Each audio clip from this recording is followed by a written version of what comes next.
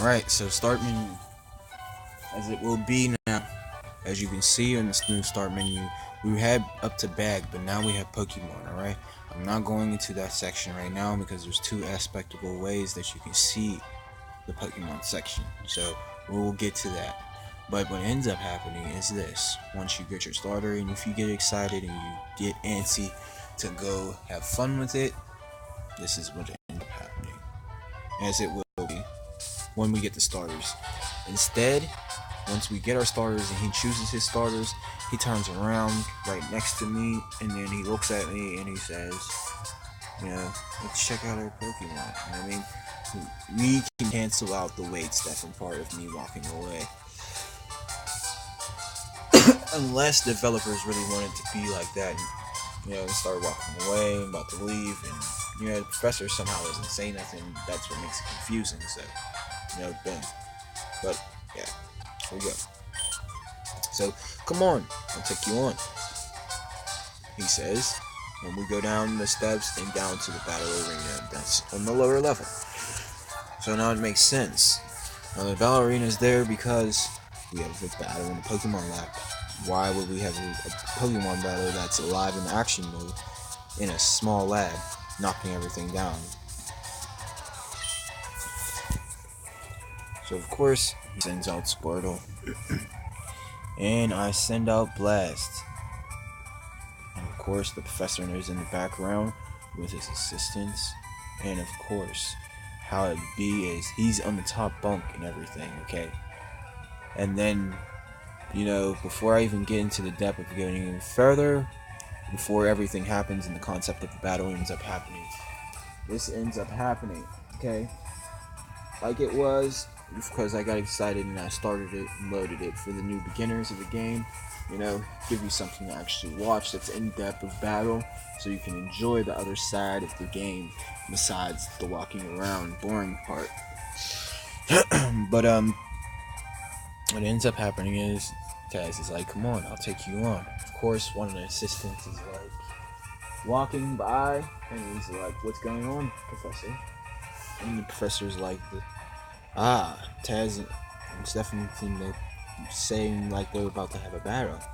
And of course it shows us walking down the stage, and it shows it from the perspective of them talking on the higher level, and of course you can see us walking down the lower side of the stage while the professor and the assistant's talking to each other. And of course the assistant's looking at him and he's like, alright, he's like, well, Professor, should I jot down any of this information? Or should we record this information?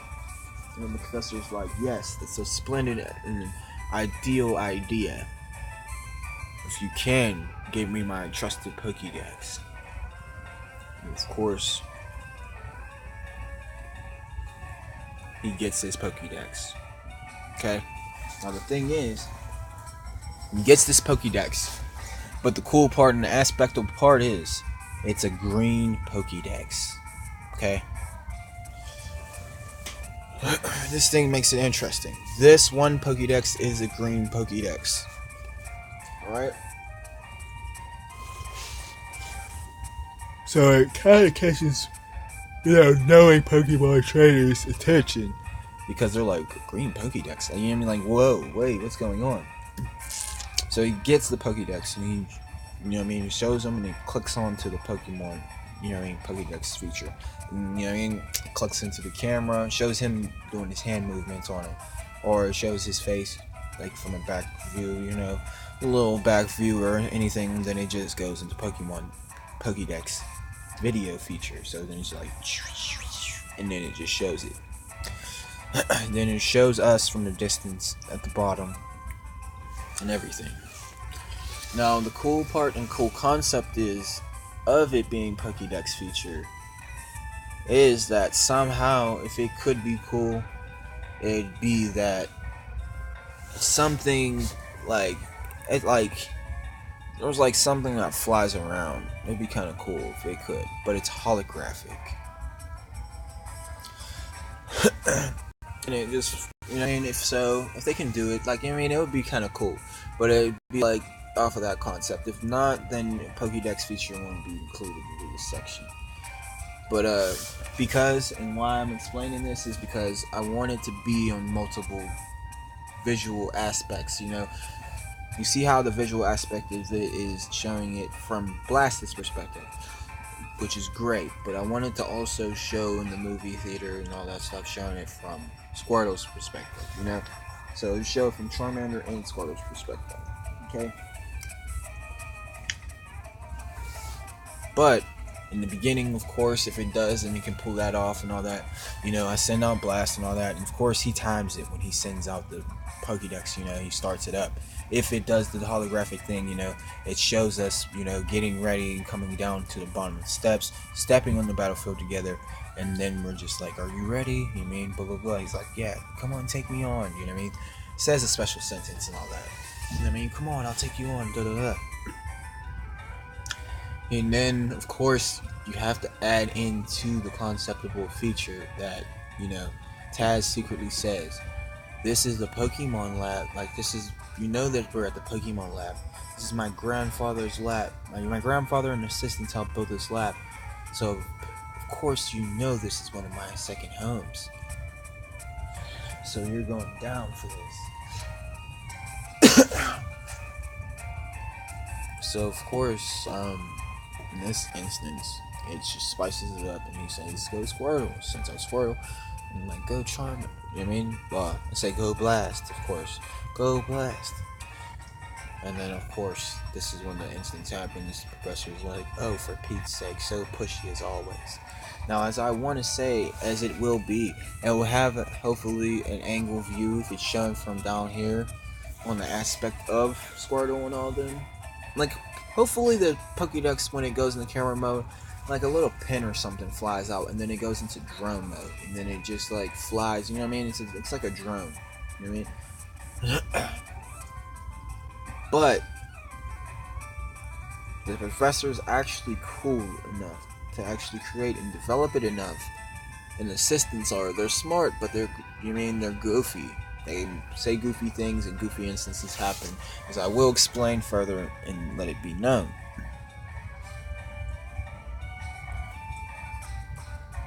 But they're smart enough to actually make it that this pin or this drone, when it's out, if it is too close to impact the battle when it's recording, that it actually changes when an element comes near it. Like when it feels the temperature rising of an element from a move of a Pokemon, besides like a physical hit or attack, it actually goes holographic. And it it practically how, if I could say it in a spoiler, how Giratina is holographically. It actually disappears and then it actually comes back. You know what I mean? Which Giratina is one of my favorites also. Highly chosen elemental legendary, even though as it's been stated on research that Giratina is evil and devilish. But he's a good conceptable legendary, and he still has his responsibilities that he does in duty. So it'll be kind of cool, but right now we have to focus on this first generational part. Alright? Only main reason why that is a huge spoiler alert. Main reason why that concept's there is because I'm saying it to developers to give them the best ideal concept that I can give them, to give them immediate information of knowing like how to do everything. Now, if you want to, it can be Mew, because as they say, Mew's a creator Pokemon. Mew can disappear too, so you can go off the basis of Mew's DNA even better. Okay? And that makes it even more exceptionally better, because you'll know about more of the reason why. But I will not refrain for explaining about Giratina. Giratina is awesome also. But as it will be, it will have the angle of downward angle like this, but you see how the top of the area above Squirtle's naming isn't really shown, but it should be shown. Now, of course, it shouldn't show all these, you know, the levels don't count or nothing.